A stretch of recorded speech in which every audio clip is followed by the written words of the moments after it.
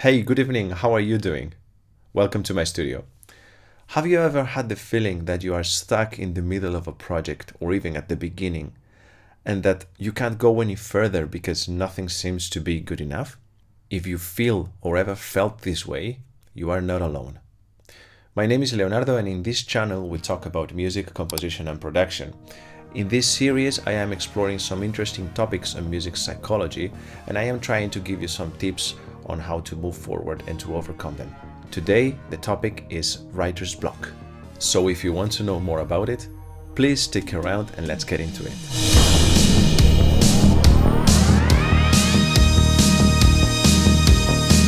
Writer's block, white fright, page block.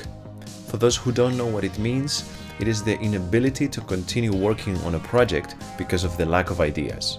You have most probably experienced this even if you are not an artist, because this manifests itself in many different areas of our lives. We are creative in many other things, not just artistic projects.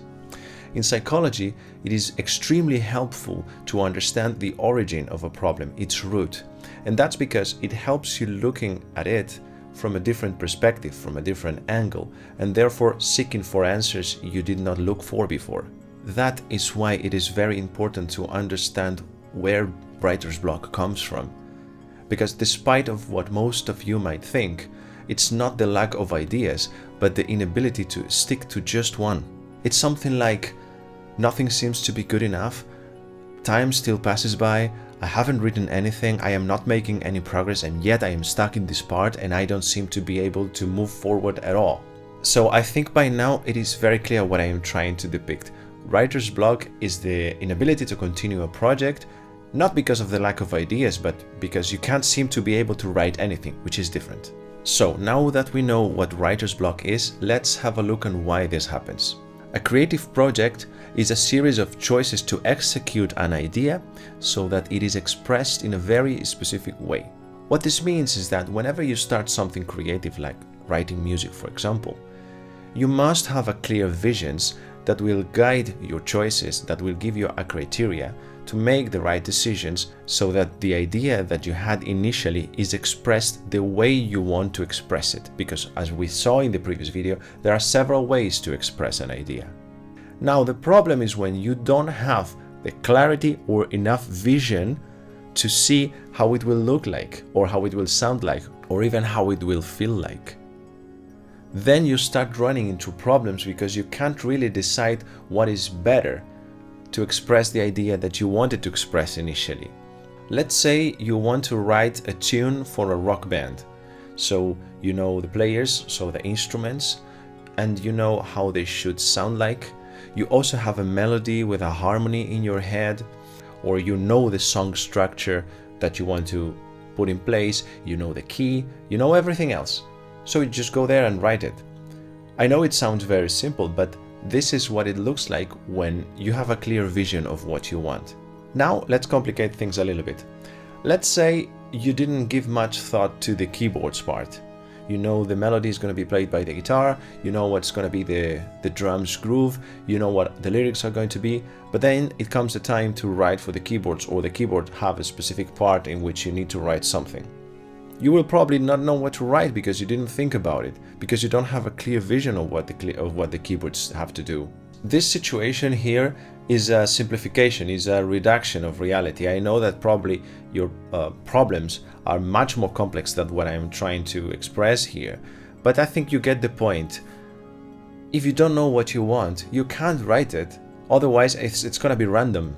Now I know what you might be thinking. You might think that maybe this example does not apply to you because your actual problem is that you don't know what to write. There seems to be a blank space after the last thing that you've written, and you can't seem to be able to put anything in there. But I would insist, and I would argue the same thing. It's not that you don't know what to write, it's that anything could go there, so you can't really make the choice of the best thing to write so that it better expresses the idea that you have inside. It's a slight difference. Now, to summarize this section a little bit, writer's block comes from the lack of vision or clarity on what you want. So the previous two sections have probably already started giving you some clues on what actions we can take or which strategies we can follow in order to overcome writer's block. I will show them now to you, and I have actually sorted them by the time those take to implement. So the first ones are the ones that take longer, and the last one is just a snap. So first strategy. If you can't seem to move forward with your project and you have tried everything, I would say leave the project aside. This strategy works very well in very big projects, and specifically those which do not have a deadline, like projects that you are carrying by yourself, passion projects maybe. This is a strategy I use a lot, and what I end up having is several projects running at the same time, so I can jump from one to another. The reason this strategy works is that sometimes you don't have enough knowledge or maturity, or you are just too overwhelmed for a specific project that you can't seem to move on. Then it is good to have a B plan and to go to another thing so you can continue fresh. You can forget about it and then come back to your initial project, maybe days or even years. In my case, I've parked projects during years to come back to them and finish them as I wanted them to be. The second strategy is to consume more art. And I am not saying more art of the specific kind that you're trying to produce, in this case music, any kind of art. And the reason for that, there are actually two reasons. First of all, it clears your mind. It helps you move away for a little bit from the project and think about different things, not to focus your mind too much on that. And secondly, and most important, your mind, your brain is very plastic, and it is very often that we find solutions to the problems in a specific form of art, in another form of art. We see how other artists from other disciplines have resolved problems in a very abstract way, the same problems that we are trying to resolve. And this happens very often. Just go out and watch a movie, read, go to a museum, go to a stand-up comedy show, and see how they are trying to tell you a story. That's probably what you are trying to do with music and you are not being able to. Third strategy, copy, literally.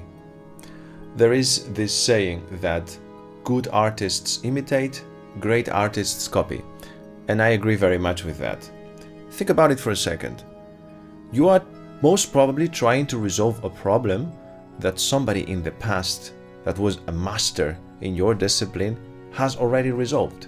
A very specific problem. So that solution it is just a matter of finding that solution and applying it to your project. And before you say anything, I would say don't be arrogant. Don't think that the solution that you will come up with will be better than that one coming from a great master.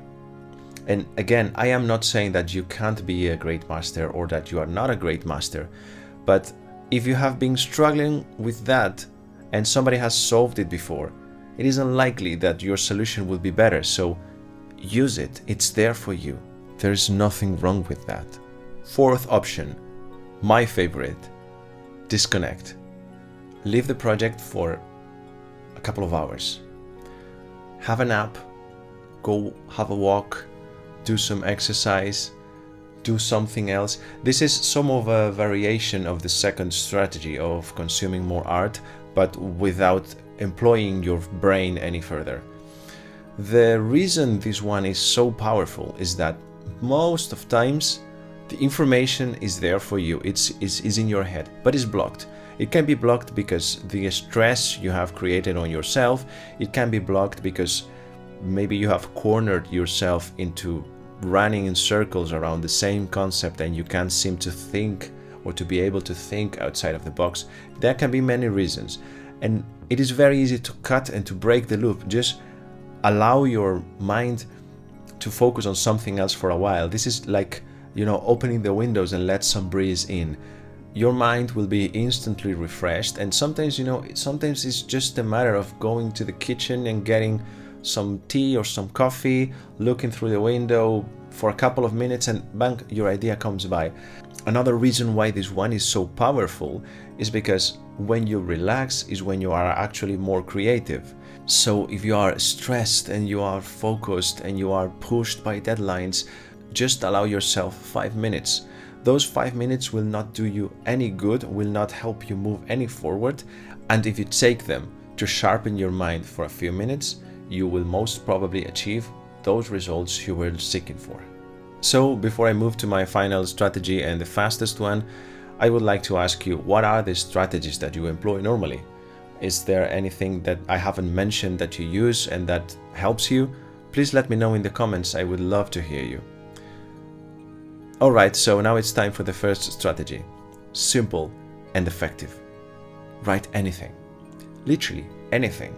If you are struggling with an empty bar, write any notes literally. If you are writing a book and if you are struggling with the next sentence or with the next chapter, just write anything. And I say literally anything. I am not saying that what you will do with this strategy will stay, but it will help you move forward. And the reasons this strategy is so powerful and quick is because it's based in two different concepts.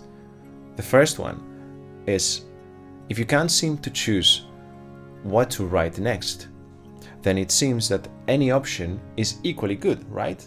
That of course is not true, but you need to prove it yourself somehow, and you seem probably to be overwhelmed because you can't seem to predict what will be the consequences of you doing one thing or another. So just do anything and continue. Now be prepared to employ this several times because you most probably will do something that is not good or that does not fit your idea, and then you will have to delete it and then start over from that point. The second principle why this works so well is actually something that I have been saying during my whole life, and that's, it is easier to criticize something than to come up with something new.